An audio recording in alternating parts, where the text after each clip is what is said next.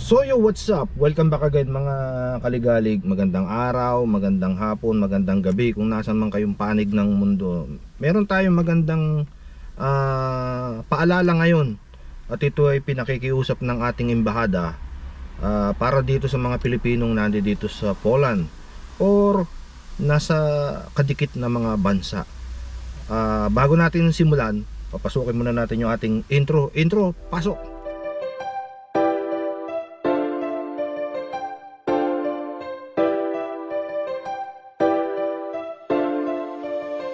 Tara na at sumama, tara na at magala, kasama ang maligali. Kahit san man magpunta, kahit san ililibot, kayo ay iikot, kahit saang sulok, basta makalimot. Mga kaligali, kasama kayo dito, kulitan at asaran, tawanan at mga biro. Tara at sumama, tara at magala, kasama ang ating maligali. Sumama ka dito.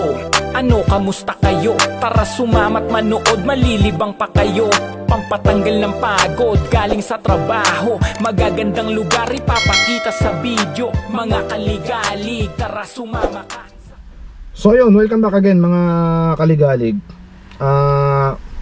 Panawagan po ng ating embahada dito sa Warsaw, o yung ating Philippine Embassy sa Warsaw, ay huling panawagan nila dahil magkakaroon po ng registration sa Katowice sa August 24. Kaya kayo po ay pinaaalalahanan o binibigyan ng tsansa na makapag-rehistro o makapagtala ng inyong record para sa kanila, upang ang ating mga embahada ay meron po kayong, katulad po ng mga nanggagaling sa ibang bansa, galing ng Croatia, galing ng Hungary, o kung saan man kayong panig ng Europa nang galing, pumasok po kayo dito sa Poland. Kayo po ay pinaalalahanan o binibigyan ng pagkakataon ng ating embahada na makapagparehistro sa kanila. So ito po yung kanilang website na maaari ninyong pagparehistruhan. Una po yan, bago po ang Katowice at saka yung Warsaw po muna, ito nga po, no. Pagkatapos nyo po magparehistro dyan sa binigay kong link na yan, ay maaari naman po kayo magparehistro dito. Ito, yan po. Kasi ito naman po yung sa Katowice na para sa August 24. At ipapakita ko rin po sa inyo yung email na natanggap ko galing po sa kanila. Ito po yan, yung email na kanilang ibinigay. So mababasa po ninyo dyan kung ano po yung mga instruction at mga dapat gawin. At yung kanilang serbisyong ibinibigay naman po ay ito rin. Ito yung kanilang serbisyong ibinibigay. Kaya kung kayo po ay nangangailangan ng ganitong serbisyo, ay maaari po kayo makipag-ugnayan sa kanila para maitala or maibigay yung kaukulang serbisyo na inyong hinahanap. So unang-una po, paalala, ay magpatala po muna kayo doon sa unang link na binigay ko sa Warsaw. So i-register nyo lang naman po yung inyong pangalan, passport, at kung nasaan kayo ngayon, ano ang inyong employer, whatever, ano ang inyong trabaho.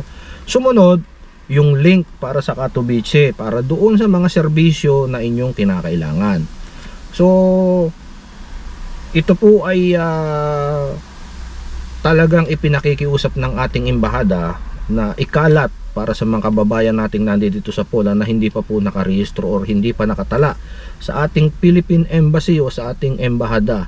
Maaari po kayong magtala upang magkaroon po sila ng record o inyong record, upang sa gayon sa mga susunod na pagkakataon, kung magkakaroon man kayo ng pangangailangan at pupunta kayo sa Philippine Embassy, ay makikita na po nila yung inyong email at pwede po kayong mag-email sa kanila at magbubuk po kayo para sa inyong appearance doon, kung ano man ang inyong serbisyong pangangailangan sa ating Philippine Embassy sa Warsaw. So sa ngayon ay meron po silang tawag dito, matatapos ito ng magsisimula ng August 24 hanggang 25 dito po sa Katowice. Kaya magkita-kita po tayo doon, magpatala po kayo kung ano man ang inyong mga serbisyong mga kakailanganin, ay itala po ninyo o i-record ninyo.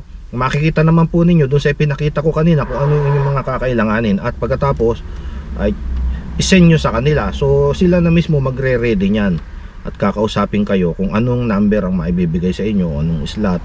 So magkita-kita po tayo doon kung ang inyo pong lingkod, si Maligalig, ay makakarating po doon, at ay naasahan ko naman na makakarating ako dyan. So maraming salamat mga kaligalig sa patuloy na pagsubaybay at panonood ng aking mga content. At nawa ay nakapupulutan ito, nakatutulong sa mga kababayan natin lalong lalo na nandito sa Europa. Hanggang sa muli, paalam!